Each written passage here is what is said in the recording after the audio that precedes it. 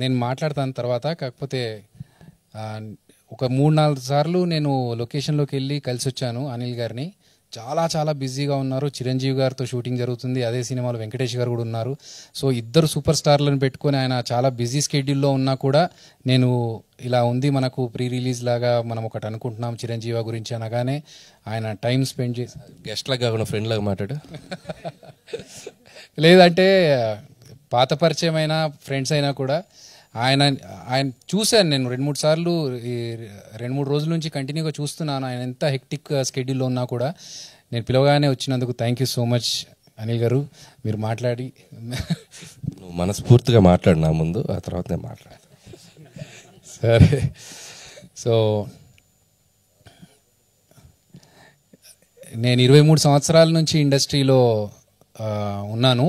Cinema యాక్టర్గా start చేసి చాలా చాలా చేసుకుంటూ ఫైనల్గా ఒక 10-12 సంవత్సరాల నుంచి డైరెక్షన్ చేయాలనే ఒక తాపత్రయము, తపన, ఇవన్నిటికీ ఎన్నో ట్రయల్స్ చేసి స్ట్రగుల్స్ చేసిన తర్వాత శ్రావణి గారు నాకు ఒక సపోర్ట్ ఇచ్చి, నేను ఒక కాన్సెప్ట్ చెప్పగానే, అంటే 2-3 కాన్సెప్ట్స్ అంతకుముందు డిస్కస్ చేసుకున్నా కూడా ఇంకో బెటర్గా ఎంటర్టైనింగ్గా ఉన్న కాన్సెప్ట్ ఏదైనా కావాలన్నప్పుడు చిరంజీవి గురించి శ్రావణి గారికి డిస్కస్ చేయడం జరిగింది. ఆవిడ చాలా పాజిటివ్గా స్పందించి ఈ ప్రాజెక్ట్ని ముందుకు తీసుకెళ్లారు. అండ్ అలాగే శ్రీనివాస్ గారు, ఆయన ఆహా తరఫు నుంచి మా ప్రాజెక్ట్ని సూపర్వైజ్ చేస్తున్నా కూడా more than anything he has become a good friend. సినిమాలో సీన్స్ గురించి కానీ లేకపోతే షార్ట్స్ గురించి కానీ చాలా డిస్కషన్స్ చేసుకున్నాము. ఈవెన్ ఇప్పుడు పోస్ట్ ప్రొడక్షన్లో కూడా చాలా హెల్ప్ చేస్తూ ఆయన అన్ని సజెషన్స్కి పక్కనే ఉండి చాలా హెల్ప్ చేశారు Srinivas garu. So thank you so much Sravani garu and Srinivas గారు. అండ్ అలాగే రవికాంత్ గారు, ఆహా టీం అందరికీ, రాజేష్ గారు, మీనా గారు, మారుతి గారు, మేఘనా గారు, ఎవ్రీవన్ ఎవరైతే ఈ ప్రాజెక్ట్తో అసోసియేటెడ్ అయ్యి సపోర్ట్ చేస్తున్నారు అందరికీ కూడా మనస్ఫూర్తిగా థ్యాంక్స్ చెప్పుకుంటున్నాను. అలాగే సుహాసిని గారు అండ్ రాహుల్ గారు, స్ట్రీమ్ లైన్ ప్రొడక్షన్స్. ఈ సినిమా కోసం